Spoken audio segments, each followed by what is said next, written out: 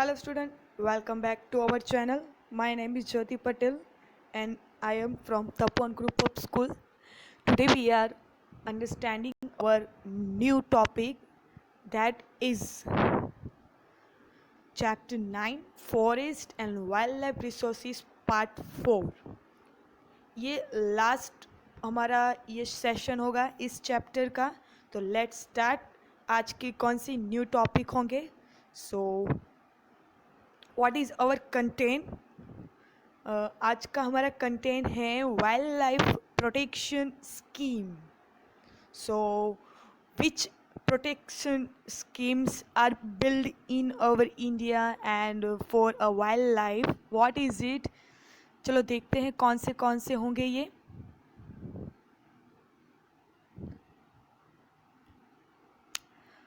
It is divided by a 3 part.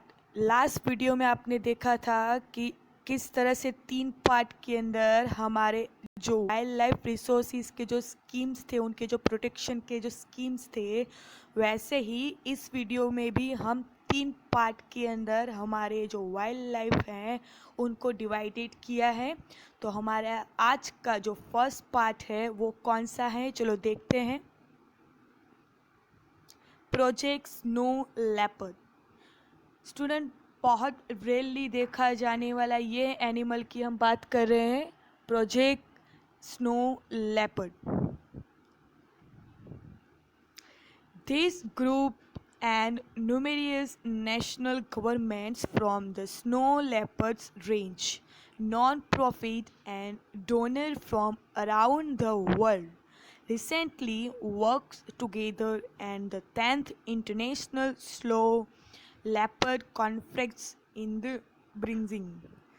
Student, इन ये जो leopard का जो प्रोटेक्शन का जो प्रोजेक्ट चल रहा है, इसके अंदर बहुत सारी ऐसी नेशनल गवर्नमेंट हैं कि जिसने सपोर्ट किया है. अब जैसे कि आपको पता है जो ब्रिंजिल है, वो जो चाइना है उसकी राजधानी है, वहाँ पे 10th international snow leopard conference चल रहा है, रिसेंटली चल रहा है. और साथ ही साथ बहुत सारे ऐसे गवर्नमेंट के प्रोग्राम्स हैं जिसके थ्रू जो लेपर्ड की जो रेंज है उनको क्या किया जा रहा है, बचाया जा रहा है. Their focus on research, community programs in snow leopard regions, and educational programs are aimed at understanding the cat's need as well as needs of the villager and herder community affecting snow. ये जो programmes हो रहे हैं government के through, उनका सबसे बड़ा जो एम है वो क्या है, इस कि जो रिसर्च होती है, जो कम्युनिटी प्रोग्राम्स होती हैं, उनके थ्रू जो लेपर्ड की जो रीजन्स होती है जहाँ पे वो होते हैं उनके बारे में बच्चों को, या तो उनके जो प्रोग्राम्स होते हैं एजुकेशनल प्रोग्राम्स, उसके अंदर वो सिखाया जाता है कि किस तरह से इन लेपर्ड्स की ज़रूरत होती है, या तो इनका जो जाति है, जो इनकी प्रजाति है उनके बारे में, कि उनके बारे में बताया जाता है कि इनकी नीड्स कितनी है. और साथ ही साथ लोगों को इनके लिए जागरूक, दैट मीन्स अफेक्टिंग किया जाता है, और साथ साथ में कम्युनिटीज़ को अफेक्टिंग स्नो के बारे में बताया जाता है. नेक्स्ट हमारा टॉपिक है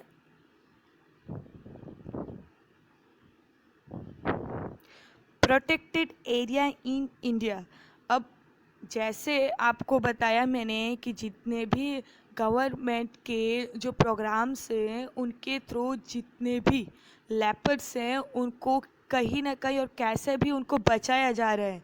तो हमारे इंडिया की अगर हम बात करें तो ऐसे कौन से एरिया है जहाँ पे ये जो प्रोटेक्शन का प्रोग्राम वो चल रहा है, तो 1 by 1 ये दिया गया है. अब जैसे हेमिस नेशनल पार्क इन लद्दाख, जम्मू कश्मीर, इंडिया. ये हेमिस नेशनल पार्क है जो लद्दाख और जम्मू कश्मीर में आया हुआ है, जहाँ पे ये स्नो लेपर्ड के जो प्रोटेक्शन के जो प्रोग्राम्स होते हैं वो चलते हैं. तो सेम लाइक दैट कंटिन्यूसली हम कुछ नेशनल पार्क के बारे में अभी जानेंगे और वो कौन से स्टेट में है उसके बारे में समझेंगे। Nanda Devi national park in state of Uttarakhand, India, and UNESCO national world heritage site. Third point है valley of flowers national park, Uttarakhand, India, a UNESCO national world heritage site. Sacred Himalayan landscape, Nepal, India, Bhutan. Dibang wildlife sanctuary near Anini, India. Pin valley national park, Lahaul, Spiti, Himachal Pradesh, India. Great Himalayan national park, Kullu, Himachal Pradesh, India.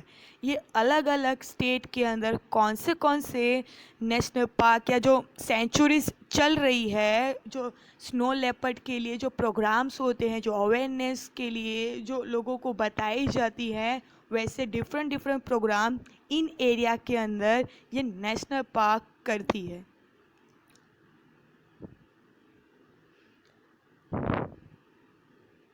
Next हमारा जो part 2 है वो हम समझेंगे कि अब कौन से एनिमल के प्रोटेक्शन की अगर बात होगी तो हम क्या करेंगे। तो नेक्स्ट जो हमारा प्रोटेक्टेड एनिमल है वो है प्रोजेक्ट क्रोकोडाइल।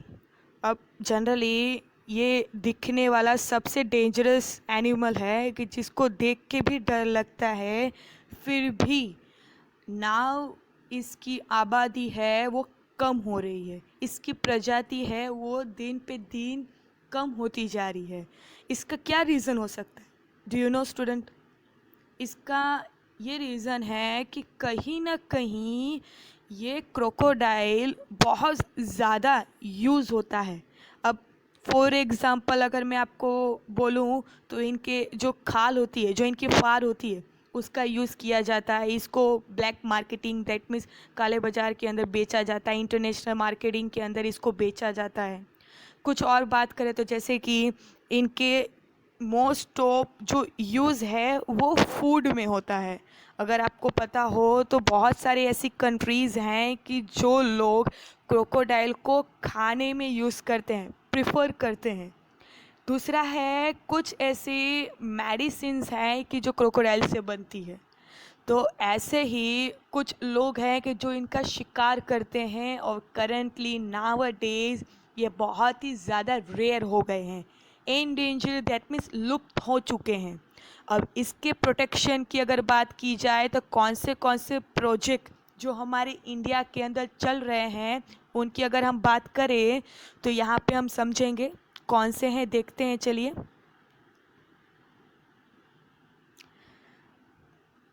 स्टूडेंट एक बात पूछनी थी कि क्या आपको पता है कि जो क्रोकोडाइल है और उसकी एक सेम दिखने वाली एक और प्रजाति है जिसका नाम है घैरियल।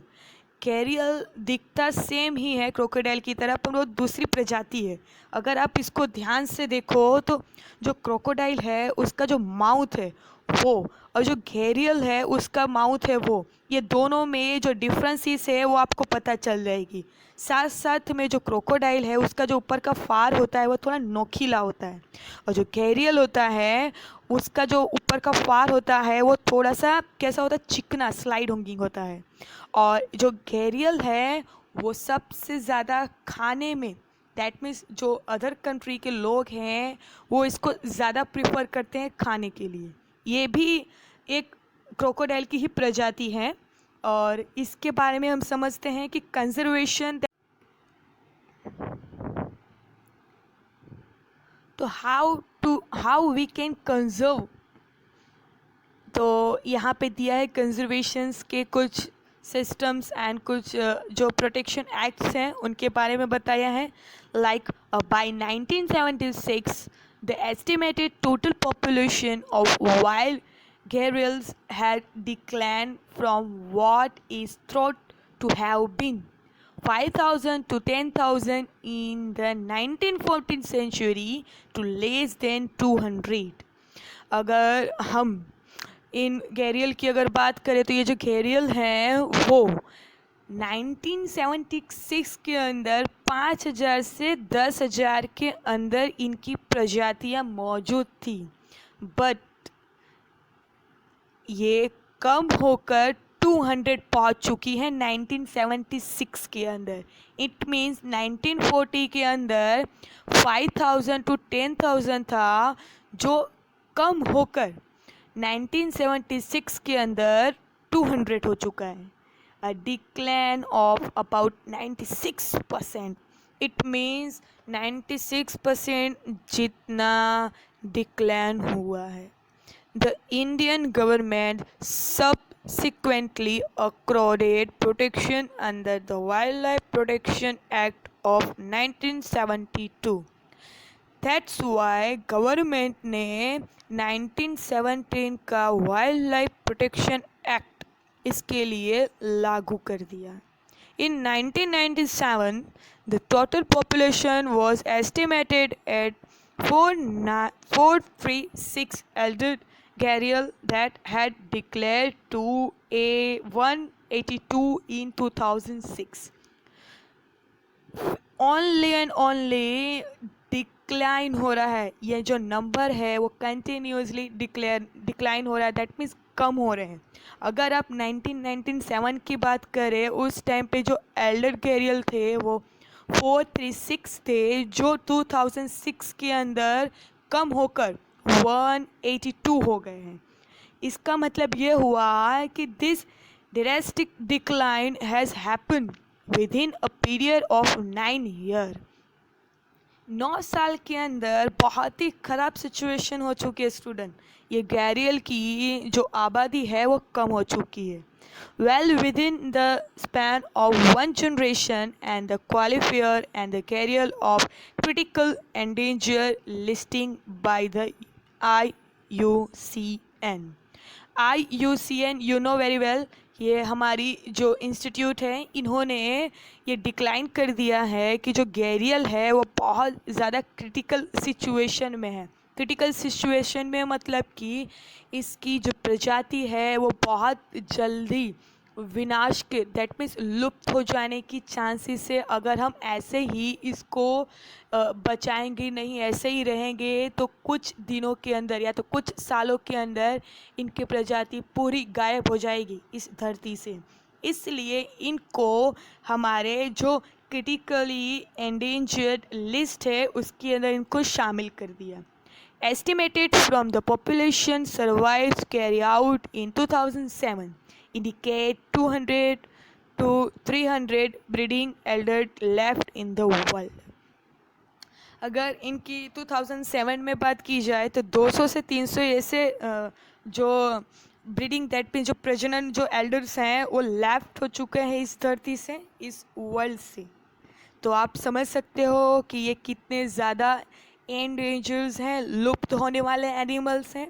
तो इनका जो प्रोटेक्शन है वो करने की जिम्मेदारी हमारी है, क्योंकि ये कहीं ना कहीं हमारे इकोसिस्टम से जुड़े हुए हैं। और इकोसिस्टम अगर इम्बैलेंस हुआ तो ये डायरेक्ट इफ़ेक्ट ह्यूमन बींग्स और साथ साथ में लिविंग थिंग्स को करेगा। तो हमारा ये जो पॉइंट था वो हमने समझा। जो पार्ट 3 है, जो लास्ट पॉइंट है कि कौन से एनिमल के बारे में हम प्रोटेक्शन करेंगे, तो वो है हमारा एनिमल वर्चुअल। अब जो गिद्ध होते हैं उनकी बात हो रही है, जो गिद्ध की जो प्रोटेक्शन की बात हो रही है। कौन से प्रोजेक्ट हमने हाथ धरे हैं कि किस प्रोजेक्ट के अंडर इनको हम बचा सकते हैं, उसके बारे में हम जानेंगे। बट फर्स्ट ऑफ ऑल मुझे ये बताइए कि वल्चर को बचाने की ज़रूरत क्यों पड़ी। आई होप आपको पता होगा, क्योंकि जो वल्चर है वो हमारे इकोसिस्टम के साथ जुड़ा हुआ एक एनिमल है। ये हमारे इकोसिस्टम को बैलेंस करके रखता है। फॉर योर काइंड इन्फॉर्मेशन, जो vultures ability to digest infected rotting meat without impeding any negative effect to its own health, ये मरे हुए जानवरों को खाता है और मरे हुए जानवरों के जो मांस का जो ये यूज़ करता है उसका इसको कोई भी नेगेटिव इम्पैक्ट नहीं होता। इन शॉर्ट इसका जो डाइजेस्टिंग सिस्टम है वो इसी के लिए ही बना हुआ है। साथ ही साथ ये हमारे जो नेचर है उसको क्लीन रखता है। That means they are the naturals on cleaning device. एक क्लीनिंग डिवाइस की तरह हमारे पूरे इकोसिस्टम में ये वर्क करता है। Understand their behaviour and breeding productivity. अगर इनकी बात करें तो इनको हमको समझना होगा।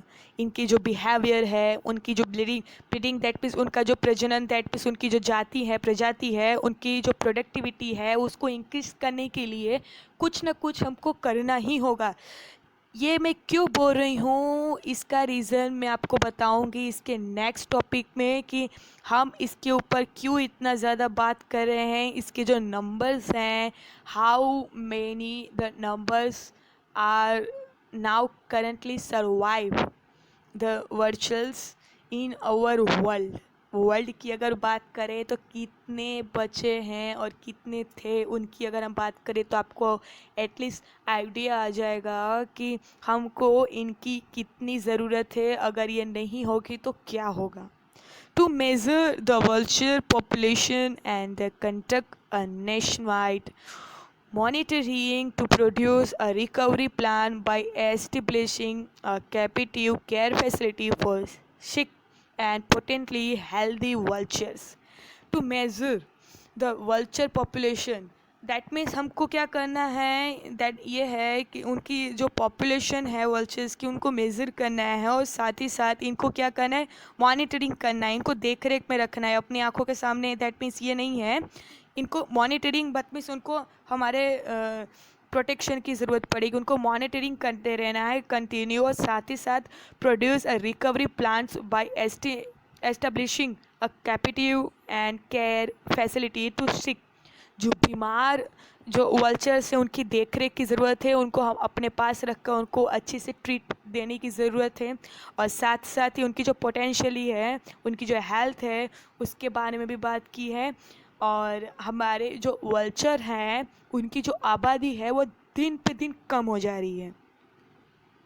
Next action taken. अब हमने कौन से एक्शंस लिए हैं तो यहाँ पे कुछ 3 जितने एक्शंस बताए हैं कि कौन से प्रोग्राम्स हुए थे। तो international workshops at the Kathmandu Nepal in February 2004 के अंदर एक एक्शन प्लान लिया गया था कि जिसके अंदर इन वल्चर्स को बचाने के लिए कुछ जो कम्युनिकेशंस प्रोग्राम हुए थे।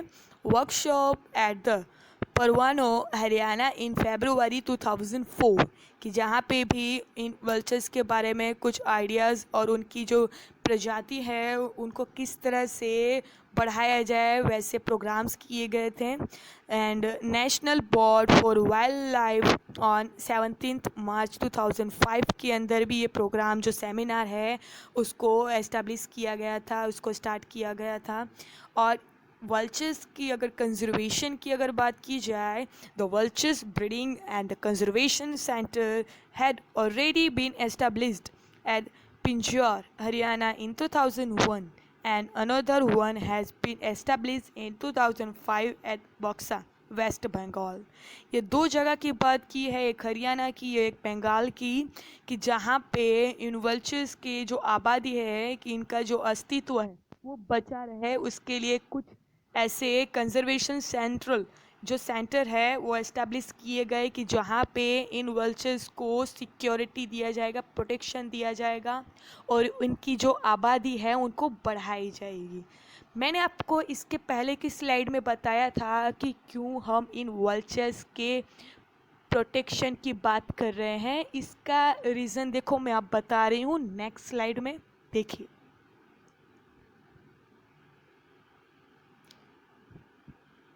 Look at this. The number of the oriented white-rumped vultures recorded along 70 road segment down the years. Continually ये क्या हो रहा है, डिक्लाइन हो रहा है, डिक्रीज़ हो रहा है।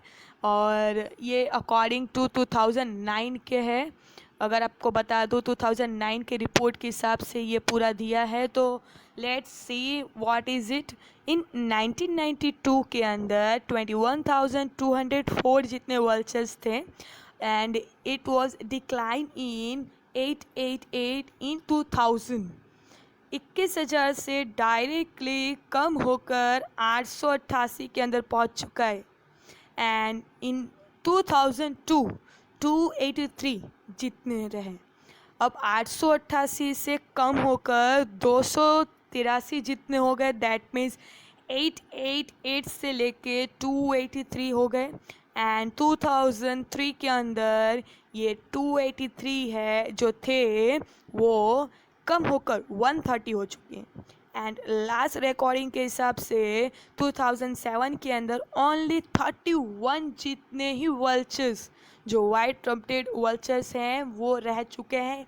इनकी जो लाइफ हो वो एंडेंजर्स है, ये लुप्त हो जाएंगे अगर इनकी केयर नहीं की गई। तो यहाँ पे हमारा ये चैप्टर, इसी के साथ हमारा ये वीडियो कंप्लीट होता है। थैंक यू फॉर वॉचिंग और मिलते हैं नेक्स्ट वीडियो के अंदर कि जिसके अंदर हम 3 चीज़ें जानेंगे कि बायो रिजर्व क्या होता है एंड नेशनल पार्क क्या होता है और इनके बीच का जो डिफरेंट है वो क्या क्या है और किस तरह से ये वाइल्ड लाइफ को प्रोटेक्शन देता है।